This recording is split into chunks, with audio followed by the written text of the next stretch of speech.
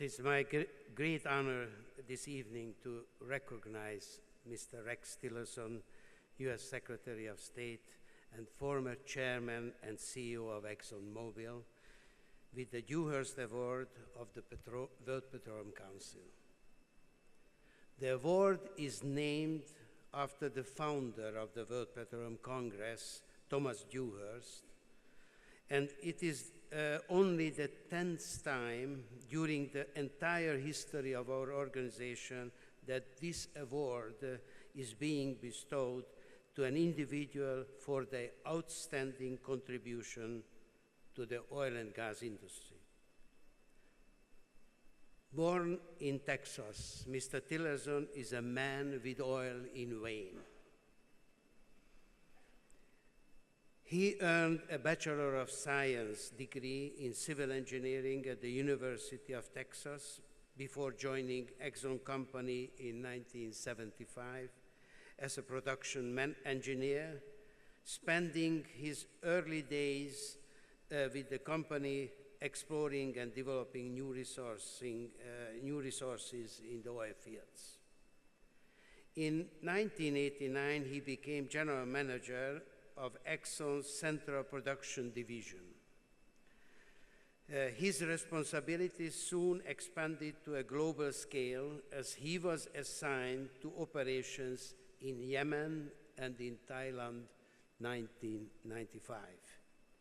3 years later, he was named Vice President of Exxon Ventures and President of Exxon Neftegas Limited, giving him oversight of the company's Russian holdings.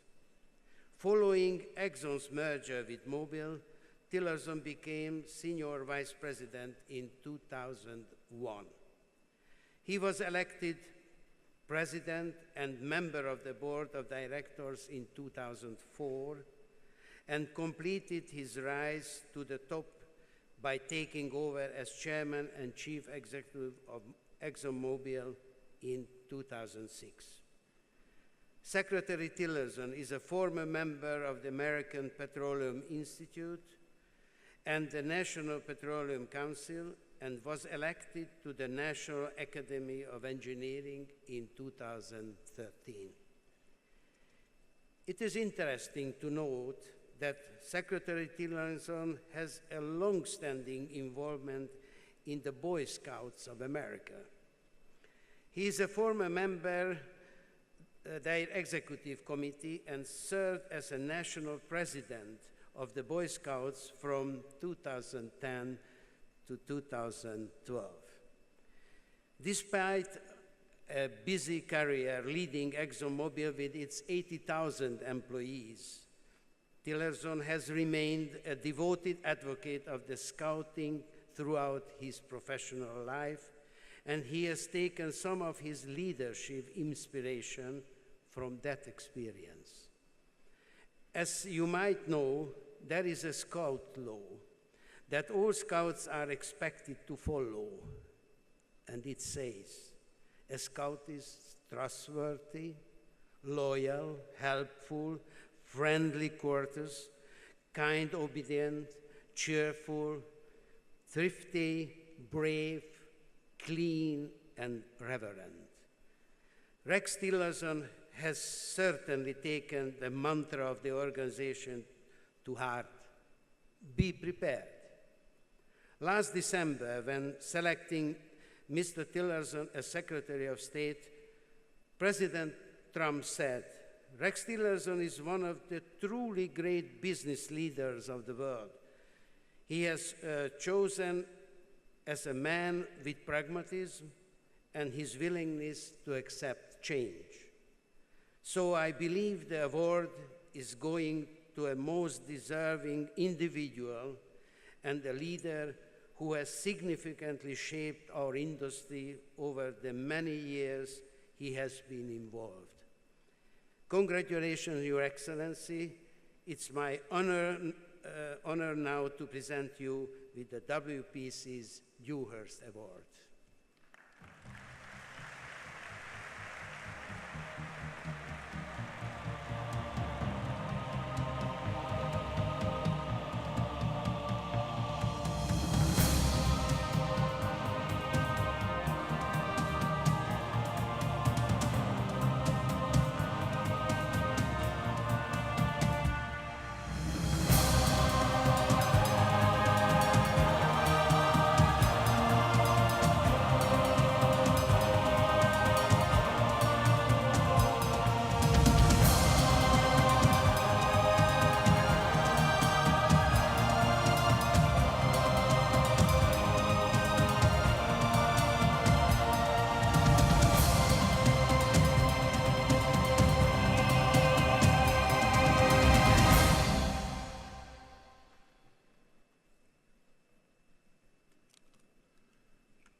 thank you very much for the very kind recognition, and it is a real delight to be with all of you this evening.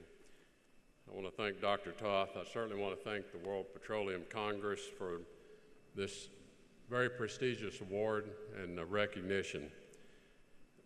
When I was notified that I would receive this award not quite a year ago, I thought I would be interrupting my retirement, where I would likely be fishing somewhere in the mountains of North America, to take a leisurely trip to a beautiful city of Istanbul, to spend several days enjoying the city, seeing good friends and colleagues, and having a leisurely journey back home. It didn't quite work out that way. But it is a true delight to see all of you. And I'm quite humbled by this recognition. And as with all recognition I received as a result of my leadership of the ExxonMobil Corporation, I have to share it with the men and women of ExxonMobil. Because I'm here because of what they did, not because of what I did.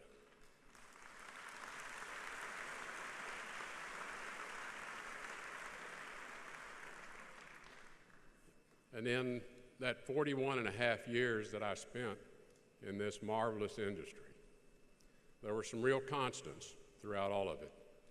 And you know all of these well. That energy is fundamental to economic growth and prosperity. It's fundamental to lifting people out of poverty the world over. That it requires massive investments over long periods of time and requires enormous risk-taking and risk management. And what's so extraordinary about this industry is all of you and all of those who stand behind you largely do it without notice from the public. There's much more notice of that device you're carrying in your pocket than there is of what you enable around the world. And some crucial elements for what has always been true to our success is still true today. And the fundamental ingredients require a strong rule of law and international order, a respect for contract sanctity, and a level of integrity between partners and counterparties. And whenever those elements are present, investors will make the massive investments. They'll take the risk, and they'll persevere through the challenges in order to achieve the objective. The other common element required for success throughout that 41 and a half years that I spent, and it's what I miss the most. I miss all of you. I miss you as colleagues, I miss you as partners, I miss you as competitors. I miss the healthy debates, the collaboration, the breakthroughs that were achieved, that I witnessed during that 41 and a half years, that have continued to deliver energy on a massive scale in a reliable way with incredible technology and innovations that I simply still stand in awe of. And all of that is you and the people that stand behind you. And so the other critical element is that human talent. And that's why we must continue to invest in that human talent and attract that human talent to this industry.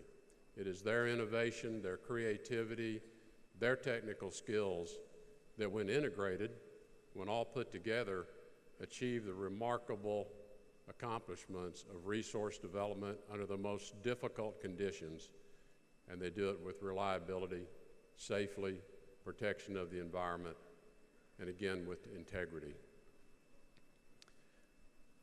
Again, I'm humbled to receive this recognition.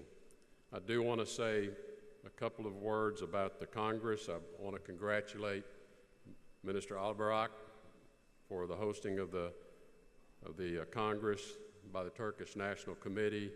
I know this is going to be a very successful event and an important one.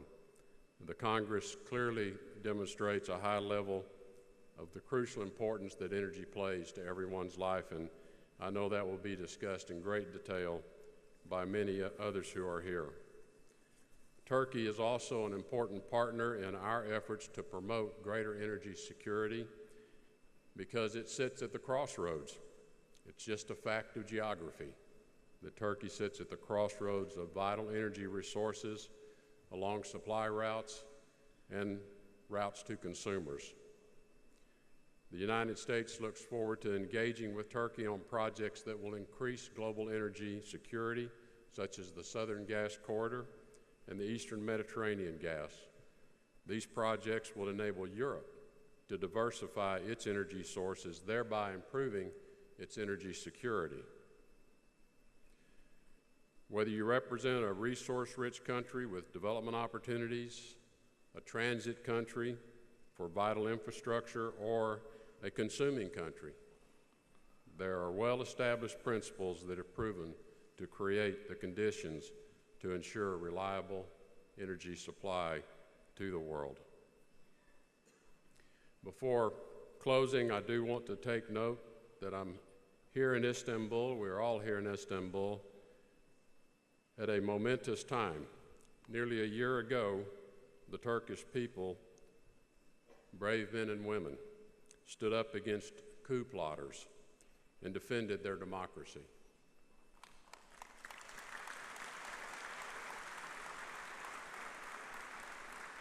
I take this moment to recognize their courage and honor the victims of the events of July 15, 2016. It was on that day that the Turkish people exercised their rights under the Turkish Constitution, defended their place in a prosperous Turkey, and we remember those who were injured or died in that event. In closing, I do want to thank the World Petroleum Council members for selecting Houston, Texas for the site of the 2020 World Petroleum Congress. We look forward in the United States and the United States government to hosting you as well, to building off what I know is going to be a very successful event here in Istanbul, and I'm sure the organizing committees in Houston will be watching closely so they can take the lessons learned home with them. And on behalf of the United States, let me just say, I hope I am there in 2020.